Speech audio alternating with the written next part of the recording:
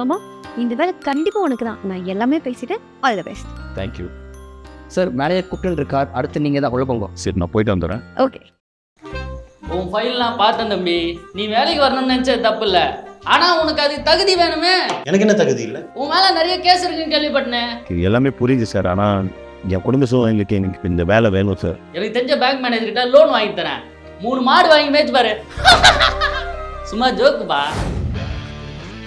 டேய் மேல எந்திரா. யாரை பார்த்து டான்ற? ஏய் சுரிக்க வேணாம், சுரிக்க போயிடலாமே. மாமா நீ ஒரு நிமிஷம் சைலண்டா இரு. நீ யாருடா என் மாமாவை மாடு மேய்க்க சொல்றதுக்கு? மாமா பையலே. மாமா பையன் கீமா பையன் சொன்னா அவள்தான். நீ ஒரு மேனேஜரா?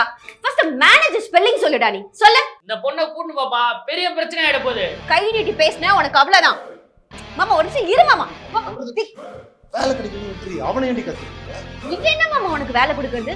இவன் கம்பெனில 1000 கம்பெனி இருக்கு. நீ வா மாமா போலாம்.